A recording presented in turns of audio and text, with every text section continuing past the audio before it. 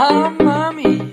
Ricetta. 1,000 grams of 00 flour, 700 milliliters of water, 100 grams of sourdough starter, 30 grams of sea salt. First thing, let's put in all the salt. Grab the flour and put it in 2 hand scoops of flour. And you just want to mix it. Continue mixing little by little until all the flour gets absorbed with the water. At this point, put in all your starter and just squeeze it. And we want to mix it completely because if you have starter in one area, what's going to happen is the dough is not going to leaven correctly. You're mixing little by little, and a lot of people are going to ask me, what kind of flour are you using? Because you're making bread and pizza, right? We're going to be using for this recipe, Manitoba flour. Manitoba is a high gluten flour. It's very, very key. All right, put the remaining flour. Once you put in all your flour, grab from the underneath, just like this, and put it all to the middle. We always want to go to the center because we want to develop some air, and that's going to give the dough a better rise and also help the fermentation. Okay, now we're at this point. This is very key. I know in my last video, I showed you guys how I did an autolyse,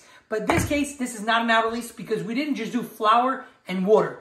We put everything all together. And what this is going to do, it's going to help develop the gluten. Put it in the fridge for a half hour. Boom, boom, bing, bing. Take a look. Look at this, guys. Fantastico. Once we take it out of the fridge after the 30-minute rest, I want to show everybody that with this sourdough, you can get the best results because we want to make this healthy and make it taste good. Okay, so get back to this. Now what we're going to do is we're going to give it a 3-minute stretch and fold. Grab from the top all the way to the center. And we're going to continue doing this for 3 minutes. Let me explain to you very clearly. It's very simple. What you're going to do is 3 different intervals of 30 minutes rest period in the fridge. And in between them, you're going to do 3 minutes of stretch and folds. Simple and easy, and your dough is going to come out alla perfezione. Very, very key, guys. You want to make sure that after the last 30 minutes, you got to check to make sure that it has the gluten. Through, see if we can see through it. Look at this. This is gluten structure. This is what we're going to do. Put your hands underneath, just like this, and just like this. And give it a couple smacks. There's a couple smacks on the counter. This is going to give it a rinforzo, like we said. It's going to strengthen the gluten, and that's it. Boom, boom, bing, bing. And that's it. Boom. This is what your dough should look like in 2 hours. Look at this. Fantastico. At this point, we want to cut our dough right in half. Put some semolina right on the counter. That way it doesn't stick because it's high hydration. Now we're going to give our bread a nice shape. Get the dough, put it to the middle, get the other side, and put it to the middle. Now we're going to roll it like a sausage. That way we can give a nice shape to our bread. All right, now we're going to grab the flaps on one side, tuck it in.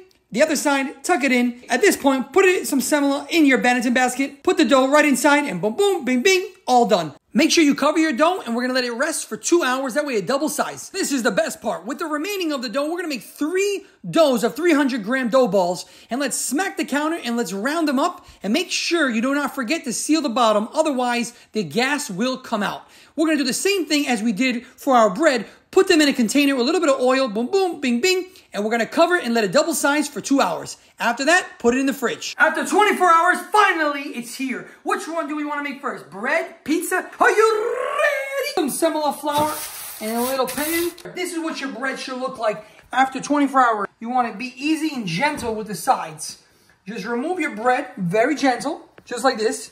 And now we're going to softly take it out, just like that. Now we're going to cut our dough from the top to the bottom, but I'm not going to cut that deep because I want an artisan style dough. If you want a dough that's going to have a big ear, then cut deeper. Very important. Put some water, and you're going to see that it's boiling. This is going to open the crumb. Put it on the top. We're going to let it bake on the top for 20 minutes. We're going to make the pizza. If you want to learn how to stretch it like a king, check my other video in the descriptions, and I'll show you how to stretch a high hydration dough. Trust me, my friends, when you see the results, you're going to be happy.